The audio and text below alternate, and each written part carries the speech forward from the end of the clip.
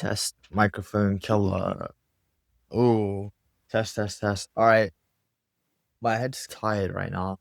I've had a few calls today. So I had some cool calls, and I think I'm quite easy at building rapport and just leveling with the person in front of me and breaking the fourth wall because you're on a sales call and you're trying not to come across as a salesperson.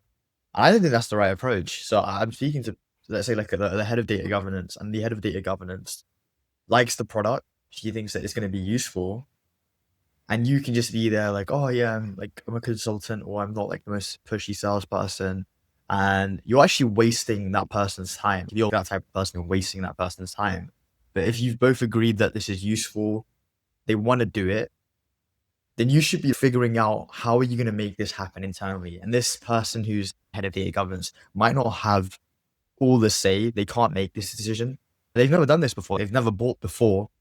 So it's your job to teach them how to buy. And you'll do it by asking them, okay, who else will be involved? They might mention that it's HR, L&D, and then a team. And then there's also a separate IT team. And you're like, cool, can you get me intro calls? My job is to communicate this product.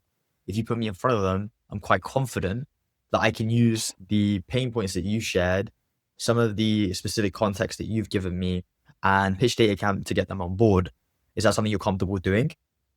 And then they can tell you, no, or yeah, maybe. And when they say yes, which I'm surprised, but like a couple of times they've said yes. And I'm like, oh, okay, cool.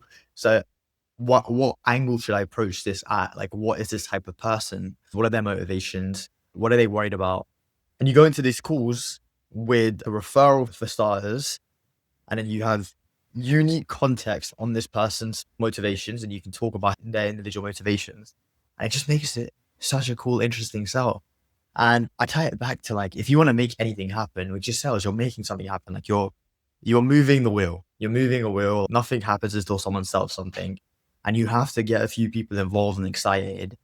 And you have to navigate a company. The same way, I think when I was younger, I was trying to get people to play football. I'm like, oh, like, come play football. Talk to another person, come play football. Or this person said they're coming to play football. You come and play football. And influencing multiple stakeholders, even in SMB, there's not just one decision maker. Not every deal is like that. You don't just convince one person. You have to talk to a few different people, get a few different people on board. And then that decision is supported by a few different people. So even one person might love the product, might be die hard. They know it's going to solve the problem. They're just not willing to take that political risk of it going wrong. So you can put that risk on a bunch of people's shoulders. And if it does go right, you could have that champion or the person who's referred you to all these people looking good.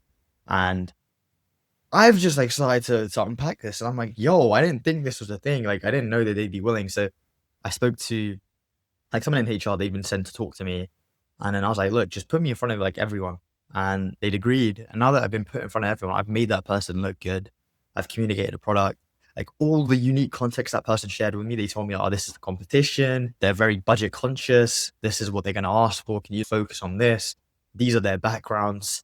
And I go into the call like Thanos with every single ring, and it's easy peasy to fall out. But you should do that. So learn this. It's super duper helpful, and we'll continue to learn it. Also, all right, so look, I have geniuses around me, like sales goats, and I can get like a expert coaching session every week from like different active senior enterprise AEs, and like have it on a monthly basis. So I could have head of corporate sales in America coach me 1 week, head of enterprise sales in America coach me another week, head of sales in Europe and EMEA every single week I have access to.